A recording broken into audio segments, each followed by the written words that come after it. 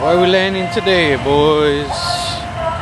Today is a cold,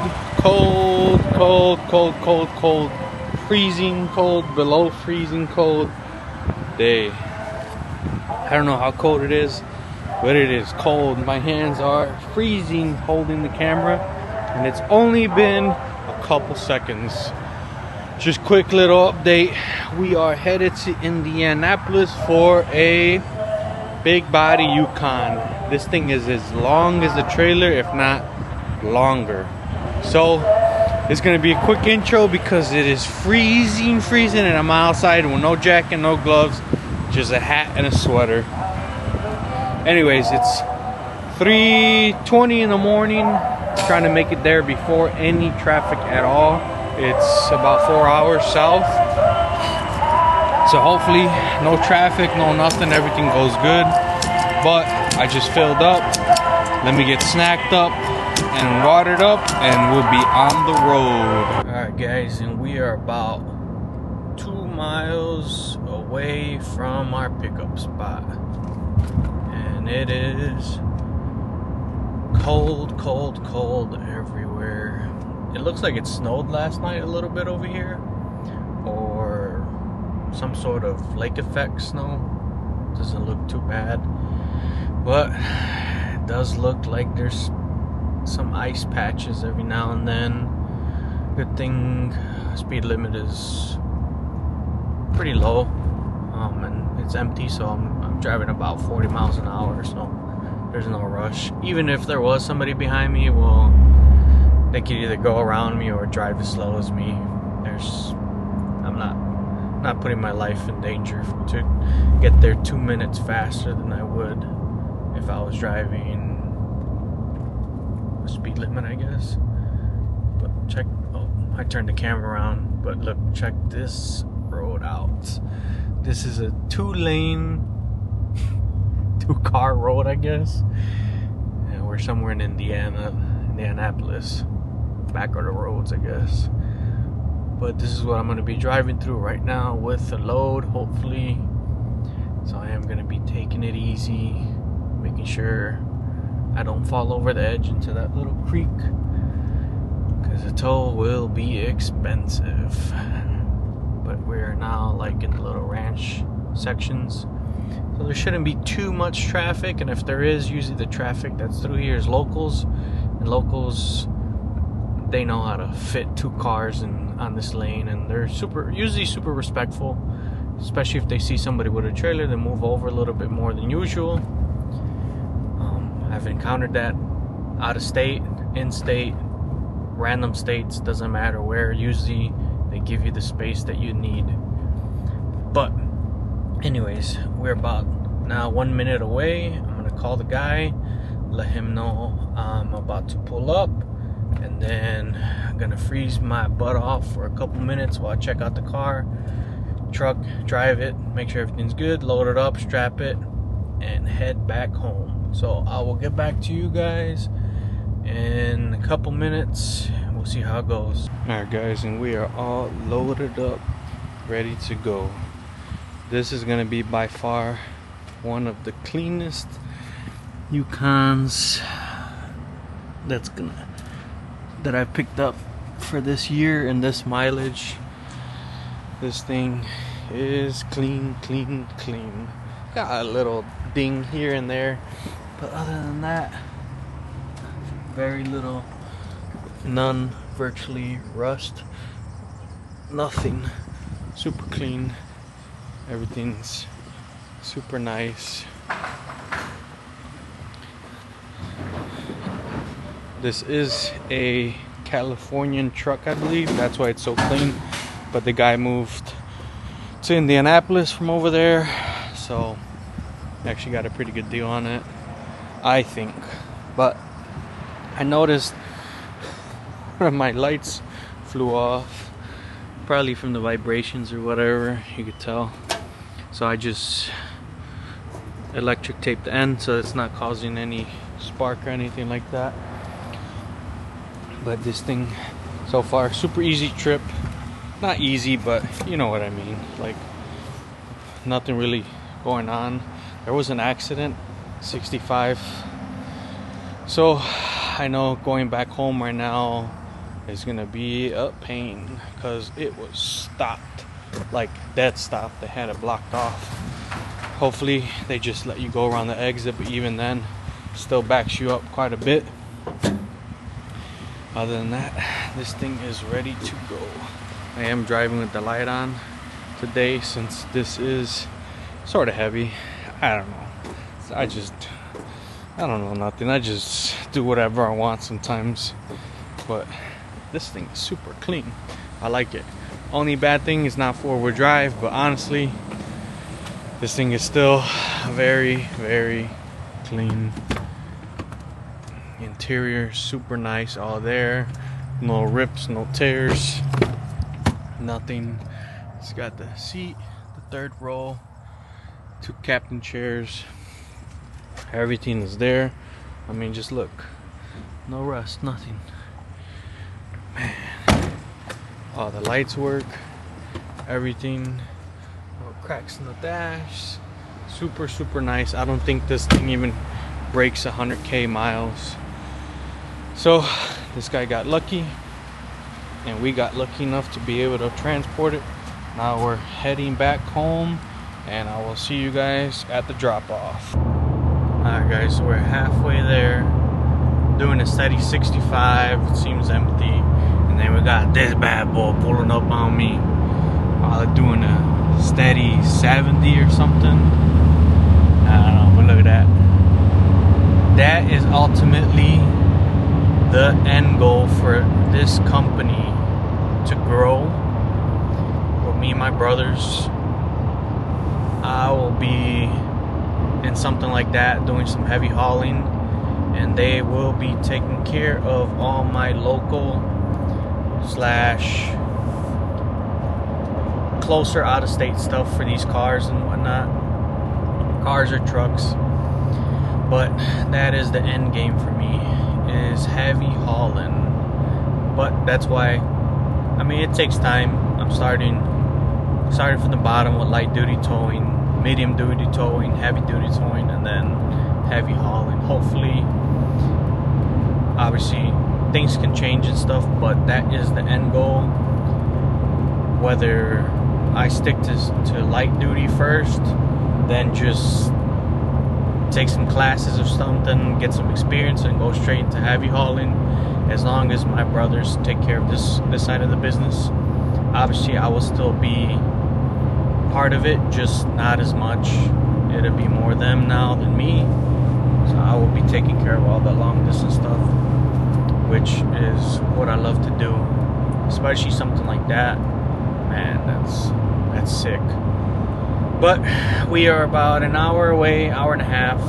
I'm cruising, there's no rush, and it's super windy today, so I'm taking it easy. I mean, I got this big Yukon behind me. Can't really see it in that camera, but you can see it back there. Super windy. I mean, I moved the steering wheel a little bit. I do have it more towards the tongue, that way I got that stability while going fast. Regardless though, it is windy, so I am taking it easy. There's no rush today. I believe this is the only one for today. It's I surpassed my goal for the day, and how do you say, in funds wise. You know, I always have a goal for every day, for every week, and then for every month I set a goal. The goal is to obviously always hit it or go higher. And when it goes higher, it's great. That means I'm just doing better. Obviously, slow seasons come upon us sometimes, every now and then, which is part of every business. But that's why I want to expand, so that when there's a slow season with this one, the other income keeps coming. But, you know, obviously everything takes time. It can't be done from one day to another. I have to obviously work really hard for it. I do have the backbone and the support for it, so all it is just keep grinding, keep moving forward, keep the vision in sight, and that's it. Keep working hard, keep working hard. So I will get back to you guys once I get over there. This one's pretty straightforward unload. I mean, it's just a super clean truck. But I'll give you guys a final to the video a little bit later. Once all said and done, I gotta pay attention to the road because I got all these truckers flying past me, and I'm just doing 65 on cruise control. So I'll get back to you guys in a bit. So I took a completely different route today. Well, getting off the expressway, and it took me through some factory roads or something. I actually was by the marina, except I was following the GPS because I was lost as hell. But check out this huge factory somewhere in Indiana. Whitening, Indiana. I know there's two, but this thing is humongous. Anyways, now we are about 7 minutes away. It's cold as hell still, so I'm gonna put on my gloves, my push iced tea, my hat, my jacket this time because it's cold. I gotta unload and then head home for the day. But look at this, holy! I wonder how many people work here. Oh, these potholes ain't it? Oh dang! I think this is where they store gas. I'm not sure. There's huge factories over here. Very big stuff. Strip super smooth. I beat traffic there and back. I got a little bit on the way back because there was an accident. I seen it when I was going that way. I was going north. I was going south, so I knew what I was gonna get into. I thought it was gonna be worse. Actually, ended up pretty much clearing up by the time I made it back to that area of 65 South or 65 North. So thankfully I didn't have to deal with none of that stuff. And yeah, smooth sailing back.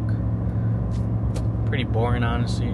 This one was fairly close, about 3.5 hours, 4 hours there, and 3.5, 4 hours back, plus my drive home, but I don't really count that. I basically made it with one full tank because I only filled up twice, but I only do go half a tank. So I mean, yeah, I have to put gas now when I drop off and everything because I'll be at half a tank again, but the actual trip did take one full tank of gas, which is not too bad considering this thing is probably weighs just as much as my truck. But truck does pretty good for itself. Big shout out to this truck. I mean, this thing has been with me from the start. It's given me zero issues, major issues to where I have to stop and not deliver or something like that. One time the alternator did go out a day before I had to go somewhere, and I had to just prolong it for the next day just because I did the alternator in the morning, wanted to make sure everything was charging and good so I'm not stranded somewhere. And then, well, I got a check engine light. It's been on for like a year now. It's got a small misfire. I can't figure it out. I took it to a dealer. They had it for 3 days. They didn't even touch it, so I picked it up. Told them that you know, they could they need to do better. It's 3 days without touching, and I had an appointment. So I was like, you know what? I need my truck. Losing money. Just, it is what it is. I do the oil change like it's like clockwork. I do the spark plugs every 60,000, I guess, something like that. I don't have to, but I do anyways. I did all the diff fluids, transfer case, front diff, all that stuff. The only thing I haven't touched is the transmission. I'm scared to. This thing's got 156 now. I bought it with 35, and I have put this thing through living hell. But respectfully, I don't throw more at it than it can handle. You know, I don't beat on it, like do burnouts and stuff like that anymore. I did at first, but when I realized I was going to use it for work, all that nonsense stopped. That's what I got a car for. But this thing has been, man, amazing. I can't complain. This thing idles or stays on sometimes for 4 days straight, 5 days straight, depending where I go, what I do. This past 2 trips to Louisiana, it stood on for almost 5 days, because when I get there and sleep or I nap for an hour or whatever, I don't shut it off. It just idles. They say it's bad. I don't know. The things I've been doing it for 2 years. It's fine. Nothing's happened. Drives good, runs good, still hauls good. So I'm just gonna continue doing what I do with it. Maintenance wise, I don't want to change anything up. Other than that, I mean, this thing is just a workhorse. And my trailer also, I do the maintenance to it. I grease up the bearings, I change them out when they need to, make sure I always got good tires on no matter what. Sometimes if I got 2 nails in it already patched, I just buy a new tire. My tire guy, Omar, over at Junior's Tires, was telling me to try to go into a 14 ply tire, but I don't know. This thing rides pretty smooth with what it has on. I got 10 ply, I believe. I like those. They're a little cheaper, but they have not failed me. Not one explosion. Nails are common. 14 ply though, wouldn't get as many nails, but a little bit of rougher ride. So it is what it is. I don't know. I'll think about it. They are a little pricey, $1,000 for 5 tires. I'll end up buying 6, have a spare for the spare. We'll see. But I just got here to my drop off, so I will get this thing unloaded. Super simple. It's really nothing to see. It's just a super clean Yukon. It's gonna get unstrapped. It's cold as hell, so my camera will actually probably die if I leave it rolling outside on the this little thingamajigger right here. And tripod, it opens up. It'll probably end up dying, and then I'll lose the footage or whatever. But we are here. I'm gonna get this thing unloaded, talk to the guy real quick, and then we are going back home. Probably unhook the trailer, put it up, lift it up, check all the bearings and stuff. It's freezing, but I already did those 2 back to back, and I did some local stuff in between, and then now I just did this one. So it's time to just give a quick little eyeball, see how everything looks, make sure the grease is good, make sure no seals have broken or whatnot. It's got to be done, whether it's cold, raining, snowing, whatever. It's got to get done for the safety of me, the vehicles, towing, and everybody else around me. Because if I lose a tire, it could be dangerous for everybody. So with that being said, I'm gonna wrap this video up, and I'll see you guys in the next one. Alright guys, and today is a little different job. I did a tow this morning, but I didn't record. Just one of those tows, I guess. But I am in the city. If you guys can see this guy trying to cut me off, but guess what, buddy, you're not coming through. Anyways, I'm in the city. I came down here to help a buddy of mine with a little issue he has with his car. Needs a jack. Car is really low, but I got special ramps for that. So we just need to get it up in the air to be able to take the tire off, and then put it back on the bead. Should be good to go. But this is what I mean by I absolutely hate driving downtown, people like that. Good thing is I left the trailer at home. Worst case scenario, I go back home and get it if we can't get the tire off. But let's hope that that's not the case for this one. We're about 3 minutes away. But it's been a headache getting through these streets, especially because I got this huge dumb bumper in the front.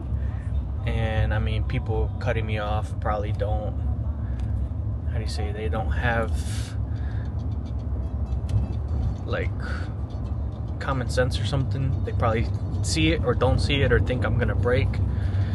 But if you cut me off, I'm not gonna break. Even if I'm in the wrong, you still cut me off. But I love coming down here because I'm always looking up in the sky, looking at the buildings and whatnot. Like if I haven't seen this 50,000 times, well, not really 50,000 times. And I really don't love coming over here. I just like seeing the buildings and all that stuff. But anyways, I will record a little bit once all said and done. I just want to give you guys a little update of what's going on through my day. Nothing too crazy, a little boring. Some jobs here and there, but excuse me, sometimes I don't always record everything I do, just for privacy of the person or whatever. But we are actually right here by my boy Trump Tower. I used to spend every weekend over here, like 2016, 17, with my Mustang. And Lower Racker was better. Now it's a shit show. But it is what it is. Oh man, that's pretty cool. Anyways, let me get here and then I'll get back to you guys in a bit. Alright guys, so we are back home. We fixed his flat, you know, helped him get the tire back on the bead or whatever. But he was on the 10th floor in the parking garage. I felt like 10th floor, I don't know. Might have been like 4 or 5. But he was in the parking garage. And then fixed it all up. But in the process of driving in, so the truck fit perfect, you know, it was fine. It's got a leveling kit, but it's not like super high, and the bags were all aired out. But there was a really low spot in the garage, and it completely broke off the light, the third brake light, the bracket, the antenna, everything. Just look how bent the bracket actually got. This thing is supposed to be straight. That I cut to get the wires out, so don't mind this. So look at this way back, how bent. And I was going maybe 3 miles an hour, maybe less. But this thing just obliterated everything. Right now I got the lights, wires in, I got the antenna tucked in, but it just completely destroyed it. It is aluminum, so it completely ripped it out. I will post on this video some of the pictures that I took of it. It's, man, I don't know, it is what it is. I'm not mad about it. I did get to help him out, fix everything. Stuff like this happens. I should have been more, how do you say it, more aware, you know, of the garage. But who would have thought there'd be a low spot and it just completely ripped it off. And we were going super slow for the same reason. And I figured it didn't hit coming in or the last 3 floors that we drove, and all of a sudden just whacked it off. It is what it is. I'm not mad. He got fixed up, which was my concern. The light is no big deal. This is why we have insurance, and we have people that know people that know people.